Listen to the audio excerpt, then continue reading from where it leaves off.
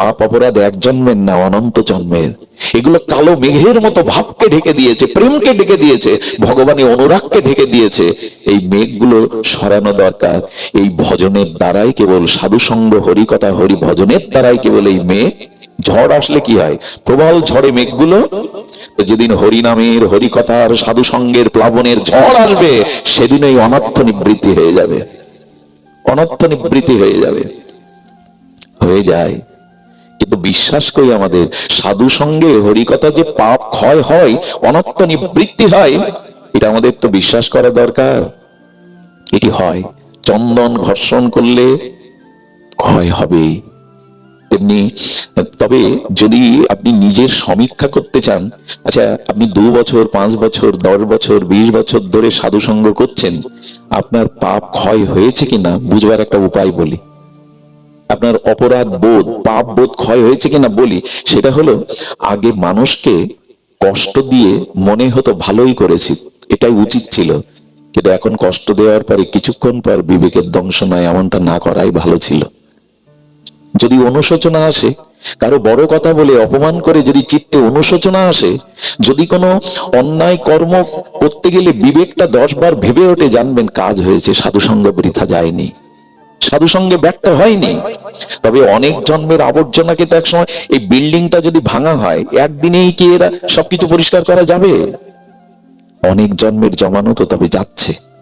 যদি বিবেক জাগে, কাউকে অপমান করলে, কাউকে ব্যথা দিলে যদি চিত্তে বেদনা জাগে, দেওয়া উচিত হয়নি, জানবেন অনেক পাপ, অনেক অপরাধ আপনার ক্ষয় হয়েছে।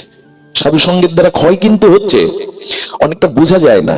একটা অশ্বত্থ বা বট গাছ কেটে দিন, কাটা উচিত নয়, যদি ঝড়ে পড়ে যায়, কেটে যায়, দেখবেন অগ্রের পাতাগুলো 5-7 দিন সবুজ থাকে, মূল শিকড় তো নাই, কিন্তু অগ্রের পাতাগুলো 5-7 দিন সবুজ থাকে।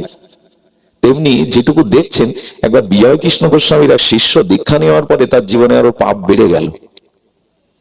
ঠাকুরের কাছে গিয়ে বললেন, আপনার মন্ত্র পেয়েছে, আপনার মতো সদ্গুরুদেবের চরণাশ্রয় পেয়েছে, ওর পাপ বেড়ে গেল। বলল, পাপ বেড়ে গেছে, কিন্তু পাপ বেশি দিন থাকবে না, ক্ষিপ্রম ভবতি।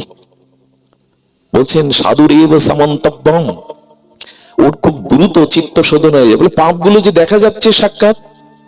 একটা অপূর্ব দৃষ্টান্ত দিলেন।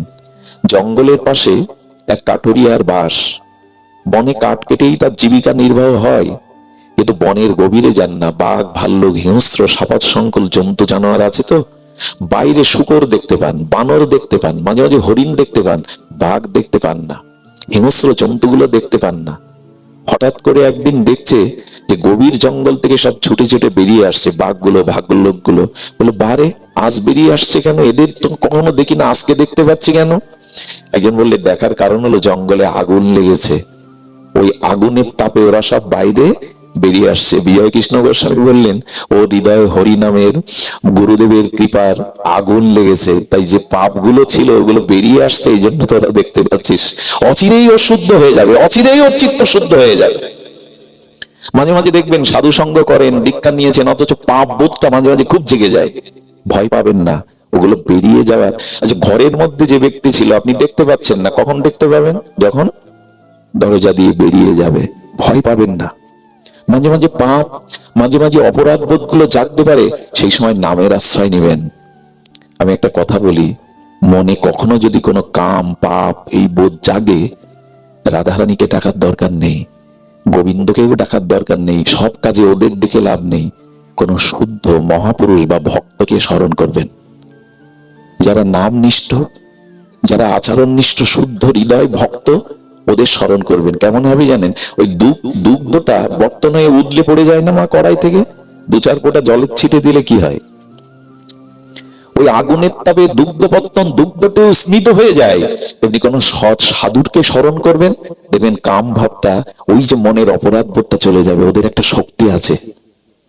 অনেকেই প্রমাণ চান, শক্তিটা কেমন? আচ্ছা, বিকাশের নাম্বার এখান থেকে টাকা পাঠালে আপনার কাছে যাবে না? একটা যন্ত্র যদি টাকা পাঠানোর ক্ষমতা রাখে, সাধুকে স্মরণ করলে ওইখান থেকে কৃপা আসবে না? এটা কেমন জানেন? একবার এক উত্তরপ্রদেশের রাজা আমাদের এক সিদ্ধ বাবাকে দেখতে গেছেন নবদ্বীপে। এখন রাজা এসেছে, তো লোকসভায় বলছে আমাদের বাবাজি মহারাজের দর্শনের জন্য আজ রাজাধিরাজ সম্রাটগণ আসছেন।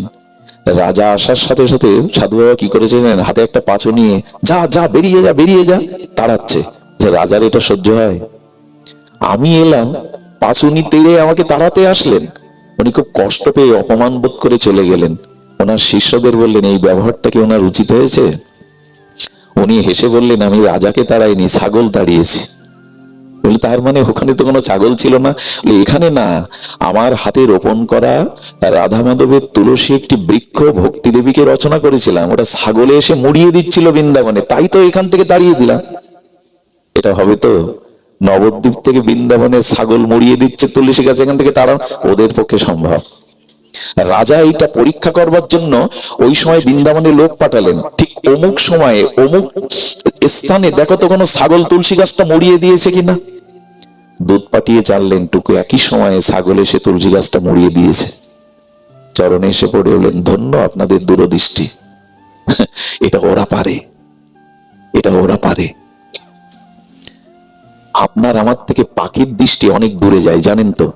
সম্পাতি হনুমানকে বলেছিল, আমি সীতাকে অশোক কাননে দেখেছি 400 ক্রোশ দূরে। পাখির দৃষ্টি 400 ক্রোশ দূরে যায়, আপনার আমার যায় তো? যাবে না। কিছু কিছু ক্ষমতা ঈশ্বর তাদের কৃপা শক্তি দিয়েছেন। এই জন্য মনে কোনো পাপের চিন্তা উদয় হলে শ্রী গুরুদেবের মুখখানা চিন্তা করবেন, কোন শুদ্ধ ভক্তকে স্মরণ করবেন। সবখানে রাধারানীকে ডাকা লাগবে না, ওই মহৎ তার ভজন অনুভূতি দিয়েই। আমরা তো বিশ্বাস করতে চাই না। একবার দুর্গাপূজায় গুরুচাঁদ ঠাকুর গিয়েছিলেন। গুরুচাঁদের চরিত্রটা ভালো করে দেখবেন। গুরুচাঁদ ঠাকুর, আমরা তো মায়ের পূজা দেখতে যাই সেজে গুজে হই হুল্লোড় করে খাওয়া দাওয়া করে প্যান্ডেলে প্যান্ডেলে ঘুরে বেড়ায়। গুরুচাঁদ ঠাকুর গিয়ে বলছে, মা তুই না জগৎ জননী, তুই না প্রকৃত মা, আত্মা শক্তি শক্তির দে মা, জগৎকে জানিয়ে দে তুই মাটি নন, তুই মাটি নস, তুই প্রতিমা নস। কি ঘটেছিল জানেন? গুরুচাঁদ ঠাকুর মায়ের স্থানে মুখ দিয়েছিল আর তার থেকে দুগ্ধক্ষরণ হয়েছিল। পারবেন তো? ওরা পারে। ওরা মাটির মধ্যে সেই চিন্ময় শক্তিকে জাগরণ করাতে পারে। এটি সাধনার দ্বারা সম্ভব, এটি সাধনার দ্বারা সম্ভব। এই জন্য বলছিলাম, সাধুগণের শরণাপন্ন হন। সাধু সঙ্গ ছাড়া প্রেম ভক্তি পাওয়ার দ্বিতীয় কোনো উপায় নাই। এই জীবনের সব থেকে বড় পাওয়া, তুলায়াং লাভে না পিনা সার্গাং না পুনর্ভবম ভগবত সঙ্গী সংঘর্ষ মত্তম নাম কিমতা আশিস। স্বর্গ মোক্ষ প্রাপ্তির কাছে সাধু সঙ্গ অনেক অনেক উচ্চস্তর কক্ষায়। মোক্ষ প্রাপ্তির থেকে, স্বর্গ প্রাপ্তির থেকে আরো মহান প্রাপ্তি ক্ষণকালও যদি কারো শুদ্ধ সাধু সঙ্গ হয়ে যায়। এটি একমাত্র পথ। এই বর্তমান ক্ষয়ুষ্ণ স্খলিত সময়ে সাধু সঙ্গ ছাড়া কোনো উপায় নাই। আর একটা কথা বলি, যার সঙ্গ যেমন তার রঙ্গও তেমন। যে যার সঙ্গ করে তার রঙ্গটা, তার ভাবটা তার ভিতরে রোগ ব্যাধির মতো সংক্রামিত হবে। দয়া করে সঙ্গ করতে গেলে নিজের থেকে অনেক ধাপ উপরে অনুভবী, চরিত্রবান, নিষ্ঠাবান সাধু সঙ্গ করুন। আপনার সমান যারা, তাদের সঙ্গ করলে এগোতে পারবেন না, ওই জায়গায় দাঁড়িয়ে থাকবেন। আর আপনার থেকে যারা মানসিকতায় ভজনে এক ধাপ নিচু, তাদের সঙ্গ করলে আমি লিখে দিতে পারি আপনি এক ধাপ পিছিয়ে পড়বেন। এই জন্য আপনার থেকে যারা ভজন বেশি করে, যাদের চিত্তে অনুরাগ আছে, শুদ্ধ হৃদয়, তাদের সঙ্গ করুন, আপনি অনেক পথ এগিয়ে যেতে পারবেন। শুদ্ধ সাধু সঙ্গই, এরপরে অনর্থ নিবৃত্তি, এরপরে নিষ্ঠা আসবে, নিষ্ঠার পরে রুচি আসবে। রুচি কাকে বলে জানেন? ক্ষুধাকে রুচি বলে। এই দেখুন, ওই যে ভাবে যাচ্ছি তো আমরা, এক একটা সিঁড়ি বেয়ে যাচ্ছি, তো তার একটি হলো রুচি। এই রুচি মানে ক্ষুধা। দেখুন, বহুদিন জড়গ্রস্ত রোগীর পিত্তদোষে দুষ্ট হলে খাদ্য ভালো লাগে তো? খেতে ভালো লাগে? তিতো লাগে। কিন্তু যার জঠর অগ্নি জ্বলছে, ক্ষুধা প্রবল, তার কাছে খাদ্য দিলে কেমন লাগে?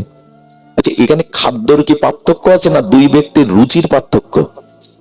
একটু কথা বলুন, পার্থক্যটা কিসের? খাদ্যে তো পার্থক্য নাই, একই খাদ্য। একজনের রুচি হচ্ছে না অথচ ক্ষুধা আছে। রুচি নেই কেন জানেন? অনেক দিনে জড়গ্রস্ত ব্যক্তির পিত্তদোষে দুষ্ট জিহ্বা, খাদ্য তার কাছে রুচি নাই।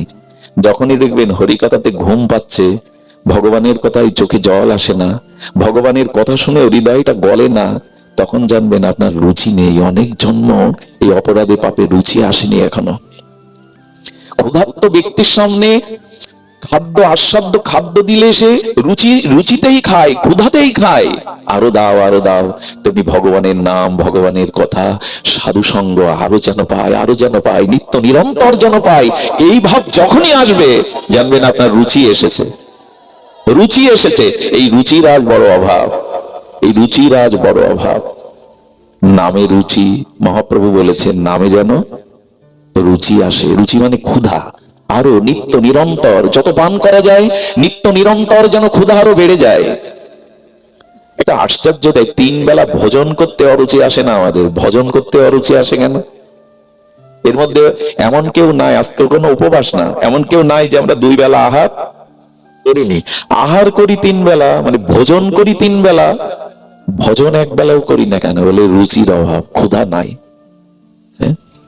হরিদাস ঠাকুর বলেছিল, নামামৃত বিনে যদি খায় অন্ন পানে তবু ভক্তের দুর্বল জীবন। জানো প্রভু, ভক্তরা অন্ন জল সবজি পেলেও, রুটি সবজি অন্ন পেলেও নিজেকে দুর্বল ভাবে, কারণ হরিনাম তো হয়নি।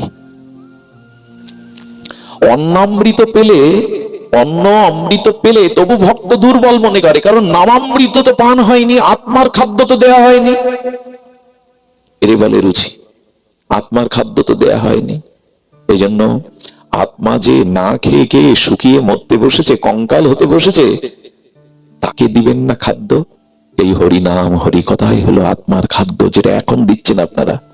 এই দিচ্ছেন বিদায় এখন কোনো কারো মনে অসৎ চিন্তা বিকার এগুলো আসছে না। এগুলো আত্মা, আর কত দেহকে সাজাবেন, আত্মাকে সাজান। হরিকথা হরিনামে আত্মাকে সাজান। আত্মা সুন্দর করতে না পারলে, আত্মা তো সুন্দর, কিন্তু আপনার রুচি আসক্তি ভগবত ভজনের দ্বারা আত্মাকে পরিপাটি করুন। সব ঘরে গিয়ে দেখুন দেহ সাজাবার বস্তু, আত্মাকে সাজাবার বস্তু একমাত্র সাধু সঙ্গেই পাওয়া যায়। শুদ্ধ আত্মা পরিশুদ্ধ হয়ে ওঠে এই সাধু সঙ্গে। এই জন্য রুচি আনুন। এই রুচি যদি না আসে তাহলে জানবেন ভক্তি অপরাধ এবং পাপের দ্বারা অন্তরায় হয়ে যাচ্ছে। রুচি বাড়ান। আমার কি মনে হয় জানেন, মাঝে মাঝে খেদ ওঠে। প্রথম দিন দীক্ষা পাওয়ার পরে গুরু মন্ত্রটা যে শ্রদ্ধায় রুচিতে জপ করেছিলাম, আজ 5 বছর পরে জপ করতে গেলে কমেছে। রুচি কেমন জানেন? হরিদাস ঠাকুরের প্রসাদ পাচ্ছে না, 3 দিন হরিদাস ঠাকুর কোনো প্রসাদ, গোবিন্দ দাস আনে আর ফিরিয়ে দেয়।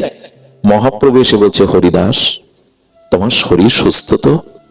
বলেন, প্রভু শরীর সুস্থ, কিন্তু আমার মন অসুস্থ। কেন? বলেন, আগের মতো সংখ্যা নাম আর পূরণ করতে পারছি না প্রভু, বৃদ্ধ হয়েছি তো। নাম না নেওয়াতেই হরিদাস ঠাকুর নিজেকে অসুস্থ বোধ করছেন। শরীরের সুস্থ অসুস্থতা তিনি ধার ধারেন না।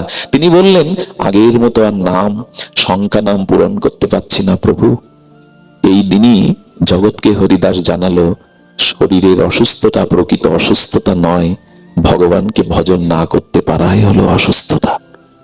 তাকে ভজন না করাই হলো অসুস্থতা। আমরা আজ ধীরে ধীরে অসুস্থের রূপ নিচ্ছি। আমাদের মানবিকতা, আমাদের মনুষ্যত্ব বোধ, আমাদের দয়া ক্ষমা সন্তোষ গুণাবলীগুলো রোগগ্রস্ত হয়ে গেছে। তার কারণ আমাদের হৃদয়ে ভগবানের নাম স্মরণ চিন্তা এগুলি নাই। এই জন্য আমাদের চিন্তাটা, আমাদের মনোবুদ্ধিটা অসুস্থ হতে বসেছে। রুচি কেমন জানেন? আহা, একটু ধ্যান দিন, যদিও রাত হয়ে গেছে। রুচি কাকে বলে দেখুন। মহাপ্রভু লীলাচল ক্ষেত্রে জগন্নাথের আরতি দেখতেন গরুর স্তম্ভের ওখানে দাঁড়িয়ে, এবং জগন্নাথের দিব্য আরতি দর্শনের জন্য মানব প্রাচীর পড়ে যেত। মানব প্রাচীর পর্যন্ত সব সারি সারি দাঁড়াতো। একজন একটু খর্বকায়, মানে একটু বেটে খাটো একজন মা, ও জগন্নাথের আরতি দর্শনের ব্যাকুলতায় তীব্র উৎকণ্ঠায় ছুটে এসেছে, কিন্তু এই যে মানব প্রাচীর ভেদ করে জগন্নাথের আরতি দেখতে পাচ্ছে না, ছটফট করছে। দেখো রুচি কাকে বলে। হঠাৎ দেখছে পাশে যেন কে দাঁড়িয়ে, ওনার ওই ব্যাকুলতায় উনি বুঝতে পারেননি ওখানে স্বয়ং মহাপ্রভু দাঁড়িয়ে। আপনারা জানেন যে মহাপ্রভু ত্যাগ বৈরাগ্যের মূর্তি। ওনার এই কঠোর ত্যাগ বৈরাগ্য আমাদের শিক্ষার জন্য দিয়ে গেছিলেন। তৎসময় সন্ন্যাসের পরে উনি নারী মূর্তি দর্শনও করতেন না তেমন, কিন্তু সেই মহাপ্রভুকে একা দেখে ব্যাকুলতায় এই খর্বকায় মাটি কি করলো জানেন? পাঁচিলের উপরে একটা পা দিয়ে আর গৌরীর স্কন্ধে একটা পা দিয়ে আরতি দেখছে। মহাপ্রভুর স্কন্ধে একটা মা পা দিয়েছে। গোবিন্দ দাস টেনে যখন নামাতে যাবে, অনুভবী মহাপ্রভু ইশারায় নিষেধ করলেন। ওকে নিষেধ করো না। মাটি আরতি দেখতে দেখতে, জগন্নাথের রূপ ও মাধুর্য মহিমা দেখতে দেখতে সজল নয়নে ওনার অঙ্গ কাঁপছে। মহাপ্রভু ভাবছেন এই কম্পিত ভক্তির তরঙ্গে পড়ে যেতে পারে। মহাপ্রভু ওনার পাটা হাত দিয়ে আটকে ধরেছেন যাতে না পড়ে যায়, যাতে ভগবানই তো ধরে, ভগবান পড়তে দেয় না। আরতি বিশ্রামের পরে যখন সম্বিত ফিরে পেল, দেখছেন এ কি করেছি আমি, মহাপ্রভুর শ্রী অঙ্গে স্কন্ধে আমি পা দিয়েছি। নিজের অপরাধ বোধে অনুশোচনায় দগ্ধীভূত হয়ে ধুলায় পড়ে গেছে। প্রভু ক্ষমা করো, আমি কোটি জন্ম নরকে পচে মরলেও আমার এই অপরাধ, এই পাপ স্খলন হবে না, তুমি ক্ষমা করো। মাটি যখন এইভাবে হাত পেতে ধুলাই লুটিয়ে ক্ষমা পাচ্ছেন, মহাপ্রভু বলছেন, ওঠ মা, তুই আমার কাছে কি ক্ষমা চাইছিস, বরঞ্চ আমায় দে না। মহাপ্রভু হাত বাড়িয়েছে, আমায় দে না। জগন্নাথ দর্শনে তোর যে রুচি, তোর যে আসক্তি, ওটা আমারও নেই। দে মা, যেন জগন্নাথ দর্শনে আমারও ওই রুচি হয়। দে, আমাকে দে, ওই রুচিটা আমায় দে। আমরাও তো মন্দিরে ভগবান দেখি, গৌর হরি দেখি, ঠাকুরকে দেখি, আমরা সাক্ষাৎ দেখার মতো রুচি হয় তো তুমি দাঁড়িয়ে আছো। রুচি যদি না আসে, ভাব আসবে না। মুখে বললেই ভাব আসবে না। ভাব সাধারণ জিনিস না, ভাব এলো তো প্রেম এসে গেল, ভক্তি এসে গেল। এই দুর্লভ প্রেম ভক্তি সহজে পাই না। এজন্য রুচি চাই, রুচি চাই যেন হরি নামে, হরি কথায়, ভগবত দর্শনে, ধাম দর্শনে রুচি হয়। আমরা অনেকেই ধামে যাই, ওরাখান্দি তো পাশেই, বৃন্দাবন ধামে যায়, নবদ্বীপ ধামে যায়। ধামে যাওয়ার জন্য প্রস্তুতি থাকে তো আমাদের, কিভাবে ধামে যেতে হয় আমাদের মনে আছে? চিত্রকূটে রঘুপতি রাম আছে, ভরত তাকে ফিরিয়ে আনতে যাচ্ছে। কিভাবে যাচ্ছে জানেন? গুরুদেব আছে, হাতি ঘোড়া রথ আছে, কিন্তু ভরত রথে না উঠে খালি পায়ে হেঁটে চলেছে। কার কাছে কিভাবে যেতে হয় এটা জানতে হয়। জানতে হয় মানে যারা প্রভু দর্শনে যাচ্ছেন, তো ভরত খালি পায়ে, একজন দশরথ চক্রবর্তী সম্রাটের ছেলে ভরত খালি পায়ে যাবে কেন? কেন যাচ্ছে জানেন? রথে কেন যায়নি জানেন? আমার মতো পাপীর জন্য আমার প্রভু এই পথ দিয়েই বনে গমন করেছেন। রথে তো প্রভু যাননি, এই জন্য নিজে রথ এনেছেন প্রভুকে ফিরিয়ে নেওয়ার জন্য। সবাই ভাবছে বাহ, বনে পাঠিয়ে এখন রথে করে যাচ্ছেন লোক দেখাতে, ভরত রামকে আনতে। এ তো রথ নিয়েছে নিজের জন্য না, যদি প্রভুকে ফিরিয়ে আনি তাকে রথে করে আনবো। নিজে খালি পায়ে চলেছেন, পায়ে একটা কাঁটা বিদ্ধ হয়ে গেল। কণ্টক বিদীর্ণ হলে ভরত রাম বলে ব্যথা অনুভব করলো। পায়ে ফুটেছে ভরতের কাঁটা, আর রাম বলে আত্মনাদ করে উঠলেন। কেন জানেন? নিজের চরণে ফোটা বিদীর্ণ কাঁটার আঘাতটা ভরতের পায়ে লাগেনি। আমার প্রভু তো এই পথ দিয়ে গেছে, এমনি করে কাটা হয়তো তার পায়ে বিদীর্ণ হয়েছিল, না জানি প্রভুর পায়ে কত বেজেছিল। নিজের পায়ের কাটার ব্যথাটা প্রভুর চরণের ব্যথাকে মনে করে ভরত কাঁদছে। এরে বলে আসক্তি। ভগবানের জন্য কটা রাত কাটিয়েছেন, কতটা সুখ জলাঞ্জলি দিয়েছেন যে বলবেন তার প্রতি আমার আসক্তি আসছে। দুটো টাকা রোজগার করার জন্য দিন রাত এক করে খাটি, সংসারে প্রিয়জনকে সুখী করার জন্য সারাটা জীবন মাথার ঘাম পায়ে ফেলি, গুরুদেবের জন্য, হরির জন্য, ভগবানের জন্য কতটা আসক্তি আপনার যে তার জন্য এটা করেন। এই জন্য মুখে কিছু হবে না গো, ডুবতে হবে, তো ভেতরে ডুবতে হবে, রসে ডুবাতে হবে। এইগুলো হলো সেই স্থান। আসক্তি আসুক যেন তাকে। আসক্তি কেমন জানেন?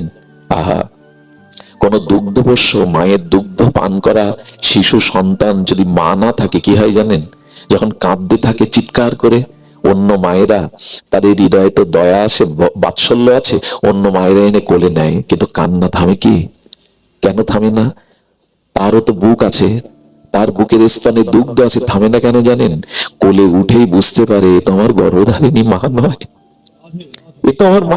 অন্ধকারের মধ্যে যখন নিজের গর্ভধারিণী বুকে নেয়, মায়ের বুকের স্পর্শ পেয়ে সন্তান বুঝতে পারে এই আমার মা।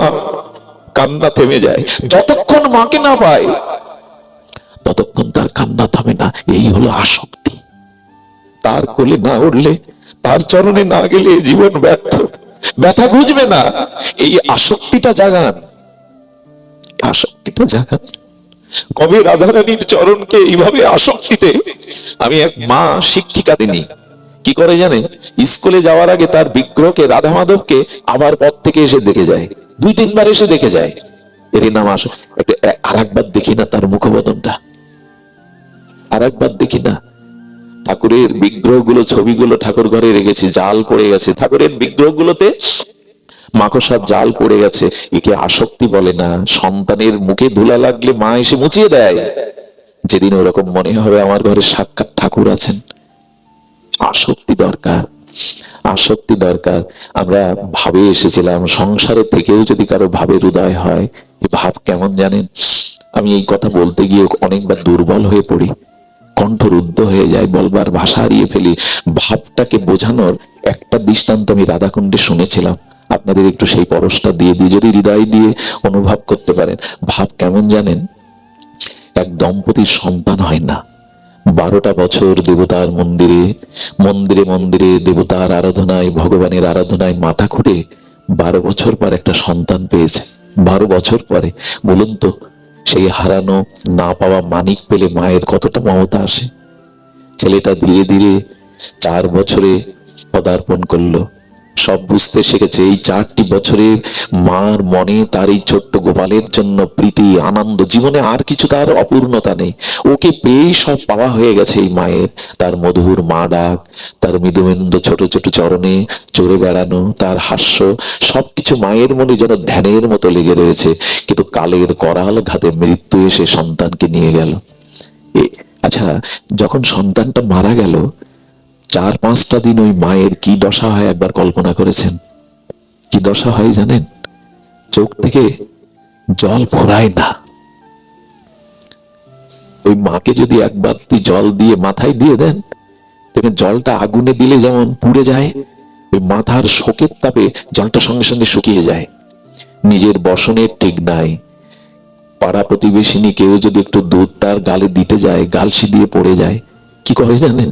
ওই 4-5টা দিন দুনিয়াতে আর কারো মুখ, আর কাউকে দেখে না, ওই গোপালের কথাই মনে পড়ে। ওই বুঝি হাত বাড়িয়ে কোলে এলো, ওই বুঝি মা বলে ডাকলো। তার নয়নে, তার চিন্তনে, তার জগৎময় শুধু তার ওই সন্তানকে 4-5, না আছে আহার, না আছে বিশ্রাম, না আছে নিদ্রা। ওই একটু কল্পনা করুন না, 4-5 দিন ওই মায়ের কি ওটি আমরা বুঝবো না। ওই যে দশাটা, এর বলে ভাব। নিত্য নিরন্তর তার বিরহে অমনি যখন হবে, জগৎময় যখন তাকে দেখবো, জগৎময় যখন তাকে খুঁজে বেড়াবো, তুমি কোথায়? তুমি কেন দেখা দিচ্ছ না? তুমি তো আছো কাছে। এরই নাম ভাব। ওই মায়ের যে কটা দিন যে দশা হয়, এর থেকে দৃষ্টান্ত আমার কাছে আর নাই। এরই বলে ভাব। শুধু বাইরে দেখানো নয়, আসর মাতানোর জন্য নয়, ভেতরে এরকম ভাব আসতে হবে। সংসারে থেকে ভাব আসতে গেলে একটা কঠোর কথা বলি, স্বামী স্ত্রী যে সংসার শুরু করেছেন, এই ভাব আসার পথে প্রথম সহায়ক হলো স্বামী স্ত্রীর মধ্যে সংযম থাকতে হবে। এরকম এই যে গৃহেতে থাকিয়া যার হয় ভাবোদয়, এই কথাটি তারক গোসাইয়ের সাধারণ পয়ার নয়। এই কথাটিকে যদি খুব মূল্যায়ন করেন, দেখবেন সংসারে স্বামী স্ত্রীর মধ্যে যদি কাম ভাবের থেকে ভগবত ভাব বেশি থাকে, সেই সংসারই ধন্য। সব সংসার ধন্য নয়। ভাবের উদয় হলেই তবে ওই সংসার শ্রেষ্ঠ।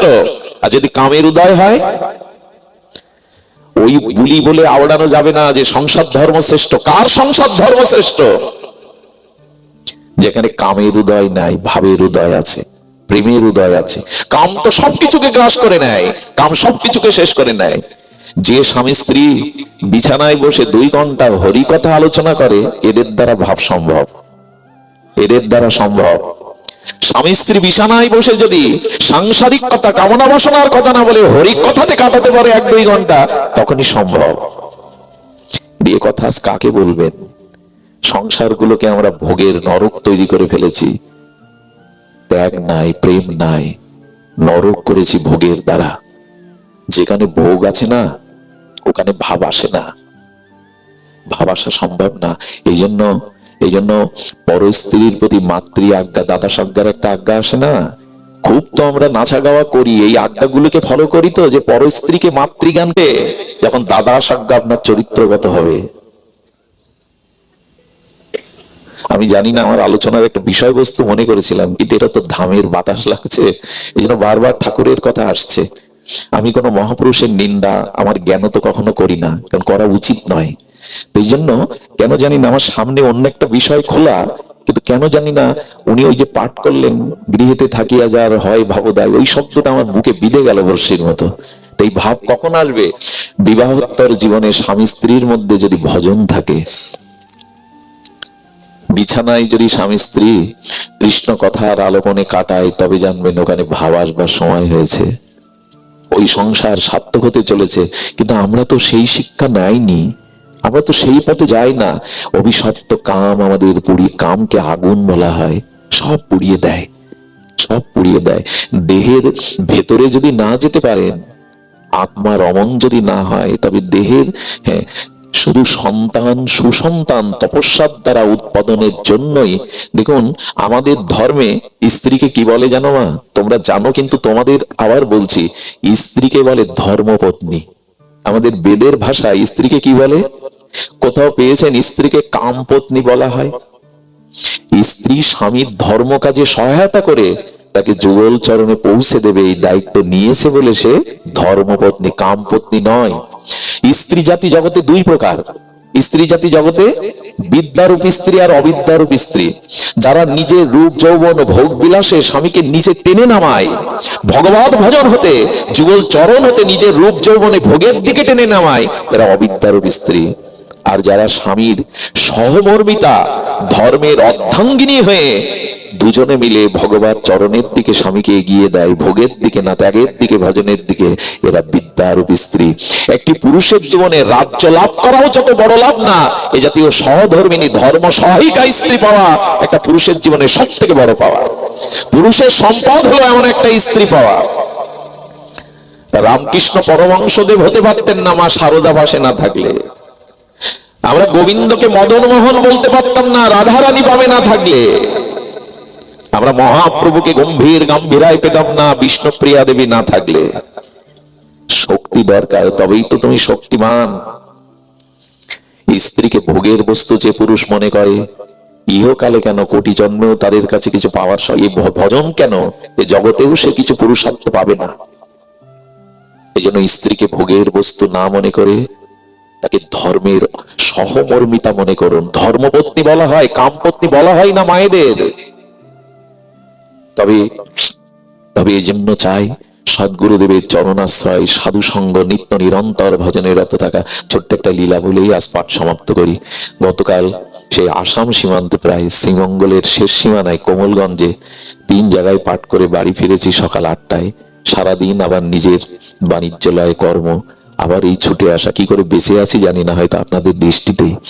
এই জন্য রাত গভীর না করে পৌঁছানোর দেরি অপরাধ হয়েছে কিছুটা। একটা লীলা বলে সংসারে ভাবদায় কেমন হয় শুনুন। লীলাটি বড় মার্মিক লীলা। আজকের প্রসঙ্গটা অন্য দিনের জন্য তোলা থাকলো। অন্য দিন আমরা আজকের যে প্রসঙ্গ মনে করেছিলাম আস্বাদন করবো, যেন ভাগবত আমাকে ক্ষমা করেন। তো প্রসঙ্গটা হলো, শুনুন, খুব ধ্যান দিয়ে শুনুন। আমাদের রামচন্দ্র কবিরাজের কথা শুনেছেন, দাদাজিরা কীর্তন করেন, নরোত্তম সঙ্গমাগে রামচন্দ্র সঙ্গমাগে নরোত্তম দাস। এই নরোত্তম ঠাকুর রামচন্দ্রের সঙ্গ মাংছে কেন? কে এই রামচন্দ্র? শুনুন তাহলে। এই রামচন্দ্র কবিরাজ, যিনি গৌর গণমধ্যে, গৌর ভক্তগণের মধ্যে অন্যতম, এই রামচন্দ্র খুব সুদর্শন যুবক ছিলেন। এই সুদর্শন যুবক বিয়ে করে ফিরছেন পালকিতে করে। তখন বাহন ছিল পালকি। তো পথে প্রায় একটা দিনের সময়, পালকিতে আসতে হবে অনেক দূরে। এই সুদর্শন যুবক নিজের কল্পনার তুলিতে রং মেখে নবপরিণীতা বধূকে সুখের স্বপ্নে বিভোর হয়ে ঘরে ফিরছেন। আপনাদের মনে আছে? ফিরতে ফিরতে ওই বেহারার একটু বিশ্রাম নেবে বলে পালকিটা রেখেছে একটা বটবৃক্ষের ছায়ায়। এই বটবৃক্ষের ছায়ায় অনতি দূরে একটা ছোট্ট আশ্রমের সামনে বৃক্ষের তলে বসে ভাগবত পাঠ করছেন মরমী 2-4 জন ভক্ত নিয়ে শ্রীনিবাস আচার্য। শ্রীনিবাস, আচ্ছা, মহাপ্রভুর দ্বিতীয় আবেশ অবতার, মহাপ্রভুর দ্বিতীয় কলেবর। তো উনি যখন পাঠ করছেন, সেই পালকি থেকে সুদর্শন নববিবাহিত যুবক নেমে এলো। এই বটের ছায়ায় আশ্রমের মনোরম স্নিগ্ধ পরিবেশে ওই দূরে এখন আচার্য তেজময় তেজপুঞ্জ দীপ্ত শরীরে ভাগবত বলছেন, উনি কিছুটা এগিয়ে গেলেন ওদিকে।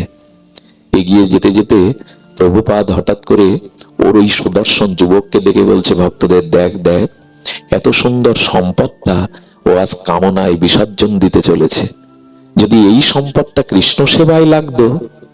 আচারিত প্রাজ্ঞ ভাগবত ধর্মান প্রহ্লাদ মহারাজ বলেছেন, না, কৈশোরে ছাড়া নৌকাটা ছাড়তে হবে তো উজানে, নাহলে জায়গা মতো পৌঁছাতে পারবেন না। এই জন্য সন্তানদের অন্তত এমএ পাস করান আর বিএ পাস করান, মাস্টার ডাক্তার ইঞ্জিনিয়ার বানান, একটু ভক্ত বানান, নাহলে সমাজটাই জাতিটাই ধর্মটা শেষ হয়ে গেল। একটু এদের হরিভক্ত বানান, একটু ভক্তির ধারায় এদের আনুন। বৃদ্ধ বয়সে হয় না, হওয়া সম্ভব নয়। এই জন্য প্রত্যেক মহাপুরুষই এই কথা বলেছেন। ওই যুবককে দেখে বললেন, এই সম্পদ রূপ যৌবনটা যদি কৃষ্ণ সেবায় লাগতো। এই যে কৃষ্ণ সেবায় লাগতো, এই কথা কিছু কিছু শব্দ আছে ওটা বুকে আটকে যায়, যন্ত্রণা দেয়। বললেন এই যৌবনটা যদি কৃষ্ণ সেবায় লাগতো, উনি এই কথা বললেন কেন? আর মহাপুরুষের কথা তো, আচার্যের কথা তো, কথাটা ওনার হৃদয়ে বিদ্ধ হয়ে গেছে, মানে বিঁধে গেছে বর্ষির মতো। ঘরে ফিরে গেল বটে, কিন্তু ওই কথা তার হৃদয় থেকে যাচ্ছে না। ফুলসজ্জার রাত, ফুল দিয়ে সাজানো সুখসজ্জা, আর এই মনোরমা সুন্দরী রমণী চেয়ে চেয়ে দেখছে, যার গলায় বড়মাল্য দিয়ে জীবন যৌবন সপেছে, তার দৃষ্টি আমার দিকে নেই। দরজাটা আগলা করে ওই আচার্যের যেদিকে, ওই দিকে তাকিয়ে ঝরঝর করে কাঁদছে। কেন বললেন এই সম্পদটা যদি কৃষ্ণ সেবায় লাগতো? মহাজন বাক্য তো শক্তি আছে, ওটা হৃদয়ে কথাটা তীব্রতাকে যেন কষ্ট দিচ্ছে। কেন এই কথা বললেন? সাধারণ স্ত্রী না, প্রণাম করে কি বললেন জানেন? আমি আপনার যোগ্য নই বলে কি আমার দিকে চাইছেন না? বলেন তুমি যোগ্য, কিন্তু এই মুহূর্তে আমার মন প্রাণ অন্য জায়গায়। স্ত্রী কি বললো জানেন? মন যদি আপনার অন্য জায়গায় থাকে, আমি অনুমতি দিচ্ছি এই মুহূর্তে মন যেখানে, কারণ শরীর যেখানে সেখানে আপনি নেই, যেখানে আপনার মন আপনি সেখানেই আছেন। আপনি চলে যান, আপনি চলে যান। এই অশ্রু সাধারণ কোনো বাসনার অশ্রু নয়। বললেন আচার্য প্রভু আমাকে দেখেই বলেছেন এই যৌবনটা যদি কৃষ্ণ ভজনে লাগতো, এই সম্পদটা। বলেন আমি আপনাকে পূর্ণ অনুমতি দিচ্ছি এই বাসর রাতেই আপনি চলে যান। যদি কখনো তিনি এই সংসারে আপনাকে পাঠান, সেদিনই ফিরে আসবেন, আমি প্রতীক্ষায় থাকবো। একবার বলো তো, এ কি সাধারণ ভাগ্যে মেলে? পৃথিবীতে সব থেকে বড় ভাগ্য হলো যদি এমন রমণী ঘরে পাওয়া যায়, যদি এরা নরককেই বৈকুণ্ঠ বানাতে পারে, এরা জঙ্গলকেও স্বর্গের রূপ দিতে পারে, এরা যদি থাকে। চলে যান। স্বামীকে বিদায় দিলেন, আর কি করলেন জানেন? ছুটতে ছুটতে আবেশে কি যেন একটা অজানা আকর্ষণে তাকে টেনে নিয়ে যাচ্ছে। গিয়ে দেখেন প্রদীপ জ্বালিয়ে দরজাটা আগলা করে বসে আছেন আচার্য। শ্রীনিবাস প্রভু, আমি জানি তুই ঘরে থাকতে পারবি না, তোকে আসতে হবে। এই হলো গুরু শিষ্যের হৃদয়ের অনুভূতি। আমি জানি তোকে আসতে হবে। ওই যে চরণে স্থান দিলেন, একটি বছর ধরে গুরুদেবের অনুরাগে সেবা করলেন, ঝাড়ু দিতেন আঙিনাটা, সকালে সন্ধ্যায় ঝাড়ু দিতেন। গুরুদেব 1 বছর পূর্ণ হলে বলে, কিরে রামচন্দ্র, যে নবপরিণতা বধূকে বাসর রাতে ফেলে এলি, তার কথা তোর মনে নেই? দেখুন, এই বলছে তার কথা তোর মনে নেই? যা যা, আমি অনুমতি দিচ্ছি, বধূর কাছে ফিরে যা, সে পাঠালে আবার চলে আসিস, যা। গুরুদেবকে বলছেন আপনার চরণ ছেড়ে কোথাও যাওয়ার ইচ্ছা করে না। বলে না রে, তার কাছে ফিরে যা, সে যদি অনুমতি দেয় আবার আসিস। দূর দূর বুকে দূর দূর ভয়ে এক একটা পা ফেলছে। কেন জানেন? যদি আটকে দেয়, যদি সংসারে আটকে দেয়। গৃহে এসে কি দেখলো জানো মা? তুলসী তলায় আলতা পায়ে গলে আঁচল দিয়ে ভক্তি দেবীর কাছে প্রার্থনা করছে। সে যেখানে আছে যেন গুরু চরণে সেবা নিয়ে থাকতে পারে, যেন ভজনে থাকতে পারে। এই তুলসী তলায় এখন আর মায়েদেরকে আমরা দেখি না। এটা আগেকার ঠাকুরমারা দাঁড়াতো, সেই দৃশ্যটা মনে পড়লেও ভক্ত হাহাকার করে ওঠে। ওই পূর্বপুরুষের উদ্দেশ্যে প্রতিদিন তারা তুলসী তলায় প্রদীপ জ্বালতো। এই দৃশ্যগুলো হারিয়ে গেছে। আমরাও অনেকটা সেই দৃশ্য থেকে সরে আসতে আসতে আজকে তো সন্ধ্যাটাও ভালো করে দেয়া হয় না ঘরে। আমরা মনে করি কি তিনটে শঙ্কে ফু দেওয়া আর ওই একটু জল ছিড়ানোই মানে সন্ধ্যা। সন্ধ্যা কাকে বলে জানেন? ভগবানকে সন্ধান করার নামই হলো সন্ধ্যা। ভগবানকে সন্ধান করার নামই হলো ভক্ত ভগবানের সন্ধি মিলনের নাম সন্ধ্যা। তিনটে শাকে ফু দিলাম, এতেই সন্ধ্যা হয়ে গেল, এরকম না। সন্ধ্যাবেলা একটু হরিনাম করো, সন্ধ্যাবেলায় ঠাকুরের সামনে একটু করতাল ঝাঁঝ বাজিয়ে, ওতে রোগ শোক অভিশাপ দূর হবে। সন্ধ্যা মানে তিনটে শঙ্কে ফু দেওয়া না। তুলসী তলায় এই প্রার্থনা দাঁড়িয়ে দাঁড়িয়ে শুনে রামচন্দ্রের চোখে জল। আজও সেই প্রার্থনা করছে আমার জন্য। পেছনে তাকিয়ে দেখে তার প্রাণের দেবতা তাকে নিজের হাতে রন্ধন করে ভোগ লাগিয়ে প্রসাদ পাওয়ালেন। বিছানায় যখন বসিয়েছেন তখন রামচন্দ্রের বুকটা দুরু দুরু করে উঠল, আমাকে বেঁধে ফেলবে না তো? কি করলো জানেন? হাতটা জড়িয়ে ধরে এই সহধর্মী বললেন, আজকের রাতটা আপনি এই 1 বছর ধরে যেভাবে গুরু সেবা ভগবত সেবা করেছেন আমাকে একটু শোনাবেন? আজকের রাতটা না ঘুমিয়ে আপনি একটু গুরুদেবের ভজন মহিমা, বিগ্রহ ভজন মহিমা একটু শোনান না আমাকে। সারা রাত স্বামী স্ত্রী মিলে গুরু মহিমা, ভজন মহিমা, আরাধনা মহিমা বলতে লাগলো।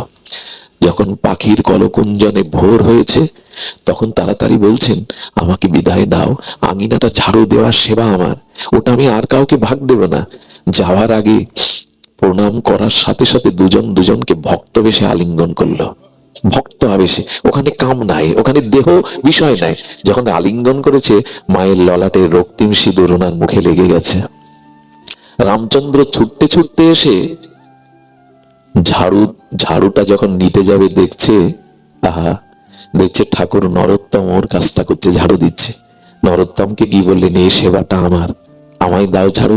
মুখের দিকে তাকিয়ে দেখে বধূর সিঁদুর মাখা। বললেন, কোথায় গিয়েছিলে সংসারে? স্ত্রীর কাছে। বেরিয়ে যাও, তোমার মুখ যেন এই প্রভাতে না দেখি। এসে বলছেন, বন্ধু কেন তাড়িয়ে দিচ্ছ? গুরুদেবী আজ্ঞা দিয়েছিল যেতে, তাই তো গিয়েছিলাম। বলে মুখে মুখে কথা করে, অপবিত্র কথাকার, বেরিয়ে যাও। যদি না যাও আমি তোমাকে ঝাড়ু পেটা করবো, অধিকার আছে তো? বন্ধু আমি তো কোনো অপরাধ করিনি, কেন সেবা বঞ্চিত করছো? এই দেখুন সেবার অনুরাগ দেখুন। সঙ্গে সঙ্গে ঝাড়ুটা পিঠে মারলো।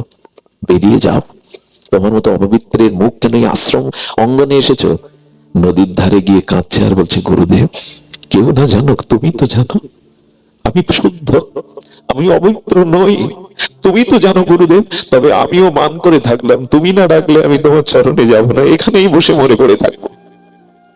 নদীর তীরে অনুরাগে অভিমানে বসে বসে কাঁদছে গুরুদেব। এদিকে কি ঘটেছে জানেন? এই লীলাগুলি লীলা নয়, আমাদের জীবনের একটি পথ। একেই বলে ভাব, একেই বলে অনুরাগ। এটা না হলে প্রেম হয় না।